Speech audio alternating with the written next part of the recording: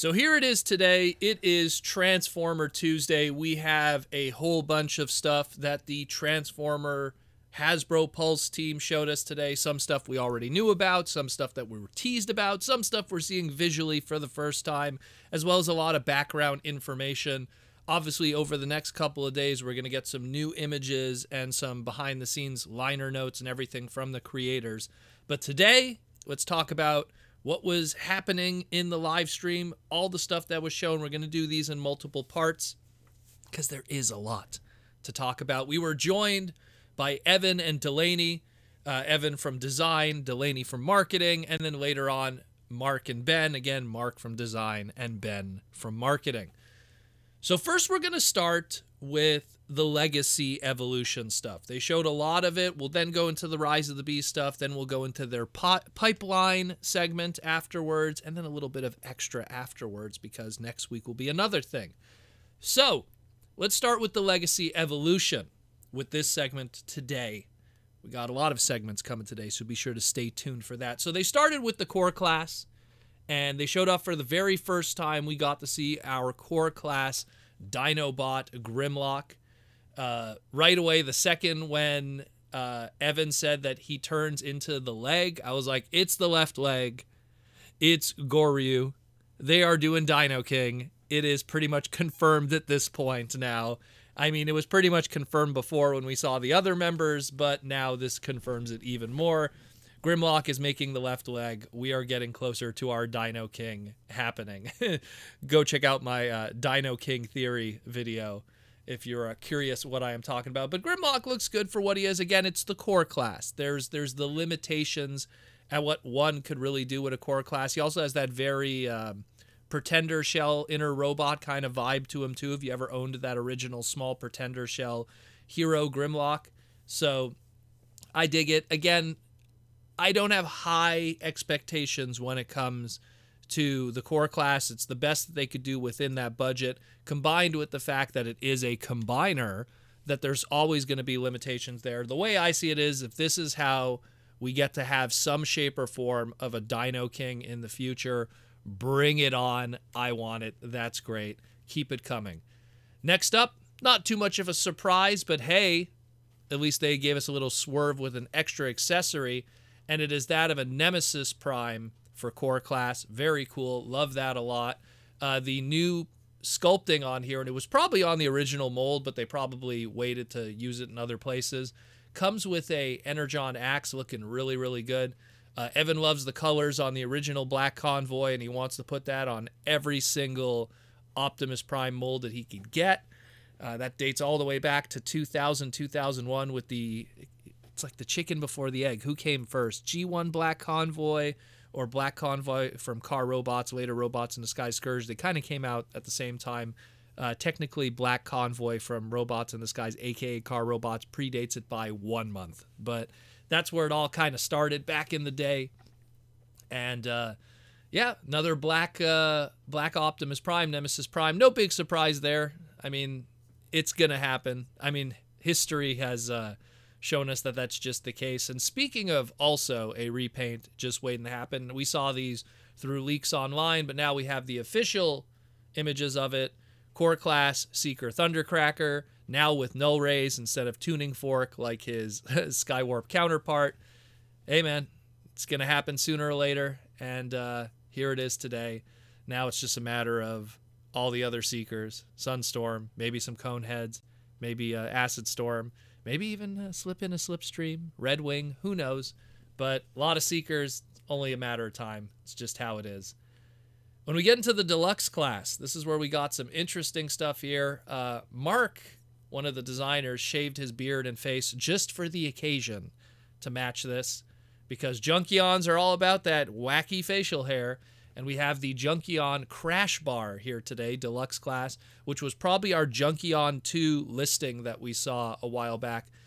This was designed with Ajima-san and has a spinning shield, and really, again, shows the play pattern that's going on here. If you have been a Junkion fan for years and want an army build, the amount of modulator, fossilizer kind of play pattern that is being introduced here, and having all of these different Junkions and mixing and matching and creating all these characters, you're going to be in heaven. So it looks really cool there.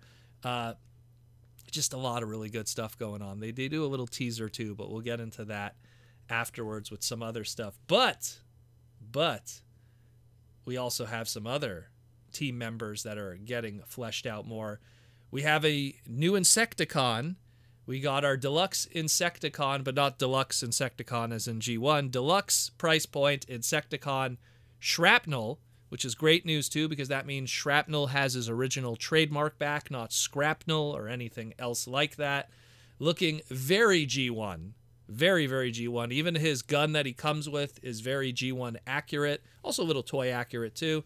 Mark worked on this one, made a strong emphasis to get the clear window on the chest to be very G1 toy accurate.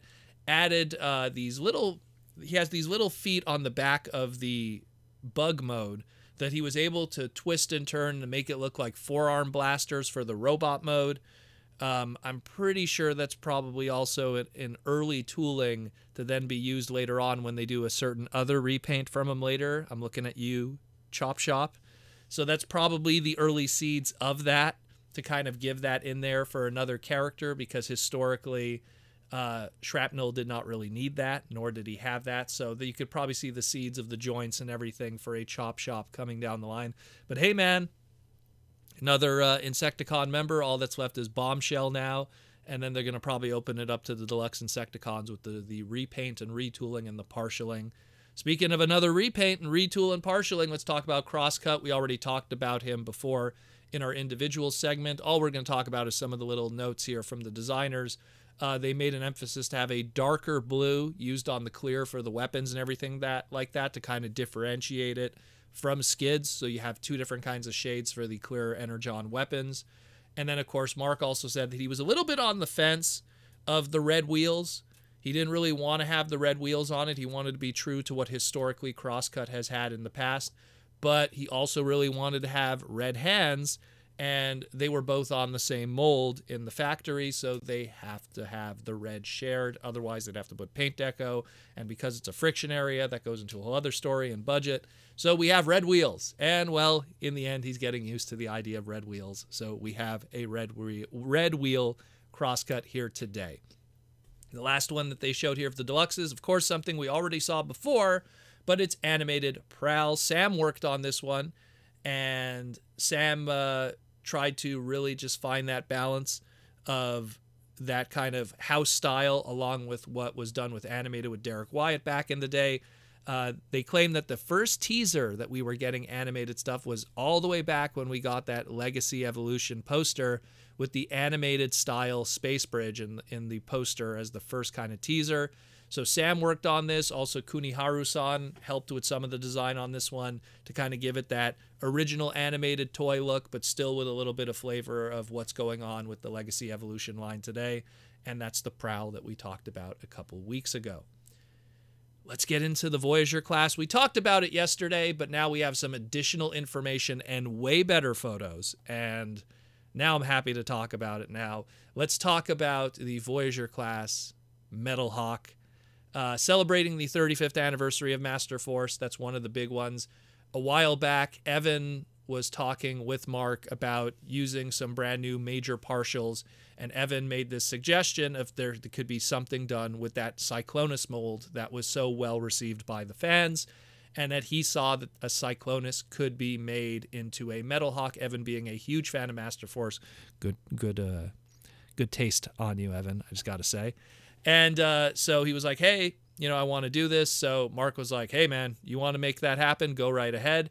And he brought the idea to Takara. Takara was absolutely happy to hear that the Western Hasbro people want to do a Master Force character. So they got on that. Originally, the designs were happening by Otoku-san, but then Otoku-san moved over to the Masterpiece line. And so they managed to get Hasui-san to work on this with Evan. And we have today the amazing Metal Hawk. They decided to go with a extremely animation accurate robot mode, instead of just doing a pretender robot fusion like they've done in the past with the Decepticon Destron characters. Again, it's a Cyclonus partial, but you wouldn't know if you looked at it because, man, did they do a lot. There is some of those small pieces here and there that you could notice, again, like the shoulders and, of course, the upper legs and stuff, but otherwise, a lot of brand new tooling there and a lot of love to that original animation model. Comes with his original titanium saber, which is pretty cool, something that was mostly present in his pretender mode, but also was used in the robot mode in the animation, so that's there too. I love that they kept the two little blasters that made the back rudders of his jet mode, and then now it's also a weapon. The original toy had that. It was also done in the show, and now it's here too. So they kept all those fine details for the double blaster that merges into one and makes a gun that he could hold. I love that they did that. That's a nice extra detail there. Fantastic sculpt, looks amazing. I mean, in all honesty, you look at the alt mode, you would never guess that it was a Cyclonus partial. Robot mode, you could kind of see it, but I mean, when you look again, man, that is incredible work. They did a very good job, and it really shows a lot of ways, like I've said in the past, how partials could go a long way now, and that's great because it could open it up to obscure characters happening where they don't have to do a complete tooling on something that could be a risk. And now we end up with a Metal Hawk that is as good as it could probably have gotten, even if it was an original mold. Amazing stuff. Really love it. So excited about this one, much like Evan is. And again, even Takara's happy, so everyone got what they wanted.